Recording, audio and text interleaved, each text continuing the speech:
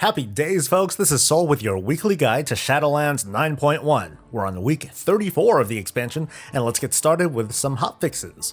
There were quite a few that were actual fixes, including to Tazavesh. There was unfortunately no note on the mailroom mayhem encounter, the one with the bombs that you couldn't toss into the trash, which for lesser geared groups was a total progression stopper. Hopefully it'll be addressed this week, because if it's not, I hear that that's literal spit in our faces?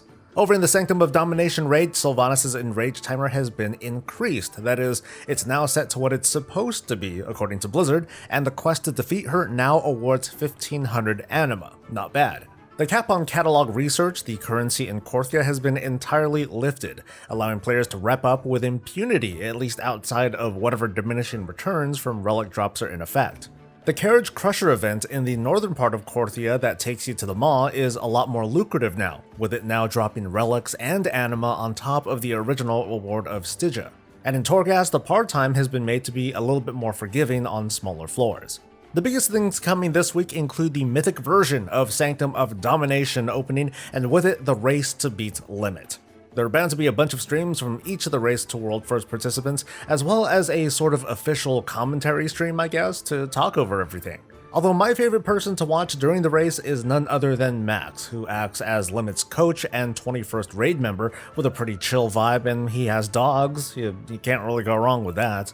Also this week comes the first wing of Raid Finder difficulty, putting players against the Terragru, the Eye of the Jailer, and the 9, which, spoiler alerts, is more like 3, but oh well. It's a bit speculative, but I'm gonna throw a guess out there and say that Shards of Domination and Stygian Embers may drop from Raid Finder, so it might be worth a visit for you. Oh, and by the way, you need an item level of 195 to access all of its 4 wings once they're finally out.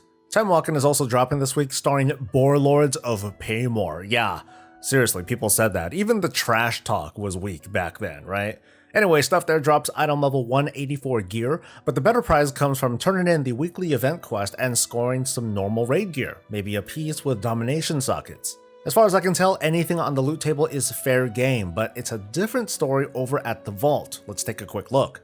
This time for raiders, the loot that you get from the Vault is based on more than just how many bosses you killed. Now it's exactly which bosses you killed, so see here. I took out the first 5 bosses in normal mode, real good start on the Race to World worst. Anyway, you can see that the highlighted bosses are ones that I've killed, meaning the loot will be based on the loot tables of just those 5 bosses. Maybe there can be some weird shenanigans with teams only killing certain bosses and that's it, and kind of target specific pieces. It sounds degenerate, and I guess it kind of is, but I don't see anyone but World First Raiders even considering an idea like this. The PvP brawl this week is Packed House, a nice contrast from the slugfest that was classic Ashran. The queue is definitely going to be longer than the actual brawl, but I think it's a pretty fun one that's worth jumping into. The world boss this week is a beautiful dance of anima and steel. Valinor's got stuff for your priests, paladins, and shaman who need legendary memories. Morgath is who you really want though. He's hanging out near the raid in the Maw, drops 233s and maybe a Shard of Domination. Last week, Tower Knowledge in Torghast was increased by 220 on top of the original 180.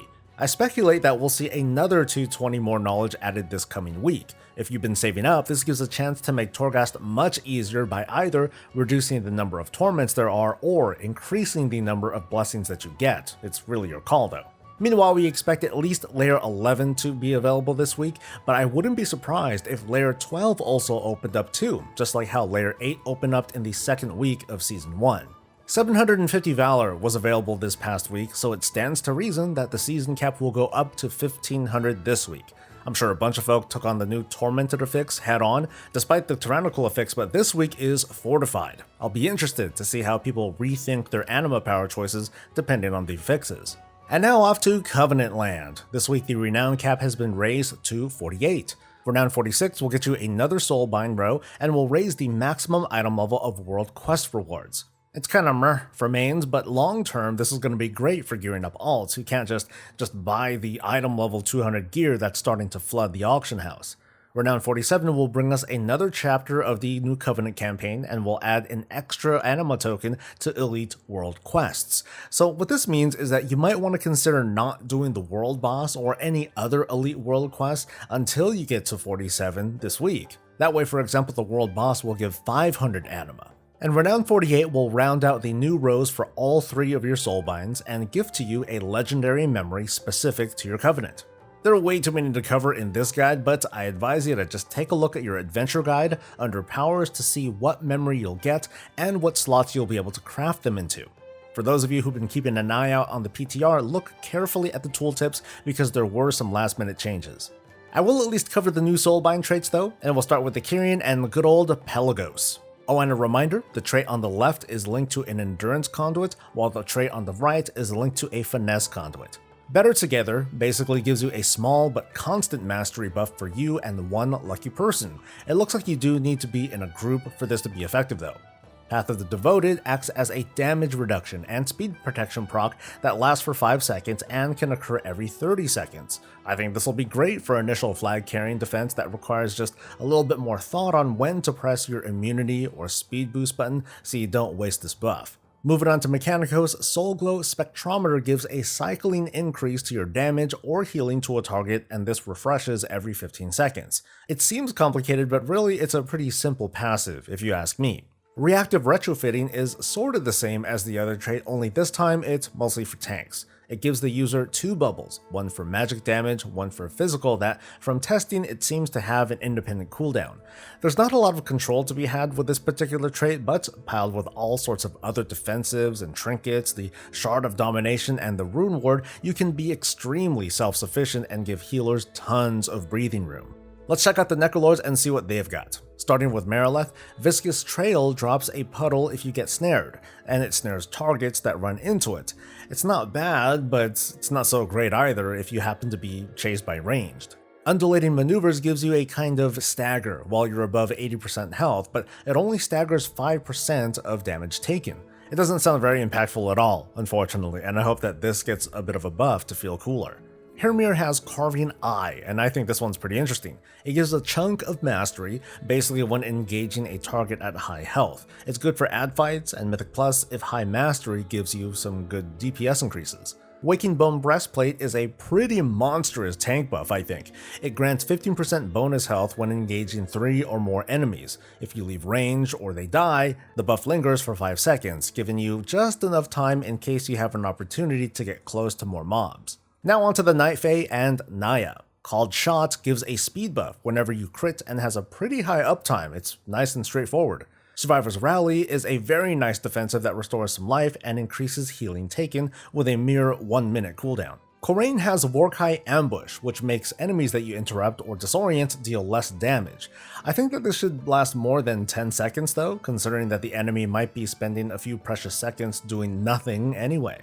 Hunt Exhilaration grants a passive 3% leech. You just need to be within 8 yards of the target you're hurting or the ally that you're healing. And lastly, only because I'm going in the order of the quest campaign, the Venthyr. Nadia has Sinful Preservation, which adds a damage absorb when you use health pots or health stones. I think this is pretty neat. Nimble Steps slows mobs within 8 yards by 10% and roots mobs if you're at low health. I doubt it works on boss mobs, mind you, so I don't see this one being very useful outside of PvP situations. Finally, Draven brings to the table Regenerative Stone Skin, which takes some overhealing and turns it into a heal over time. I can see this sort of being useful after taking a big tank buster attack or if the other tank were to die, but otherwise a tank shouldn't be seeing a lot of healing from this. And finally, Intimidation Tactics makes Door of Shadows cooldown shorter while you're at 50% health, which sadly is another one that I think is pretty underwhelming given what it does and what it takes to activate it. And with that, that's a wrap for the week, with a lot to look forward to no matter your playstyle. I hope this guide was useful, and if so, leave a like, it helps a ton. Don't forget to subscribe to keep up with what's going on each week in the world of Warcraft, and we will see you in a few days for the recap. Until then folks, stay safe, stay healthy, and stay breezy.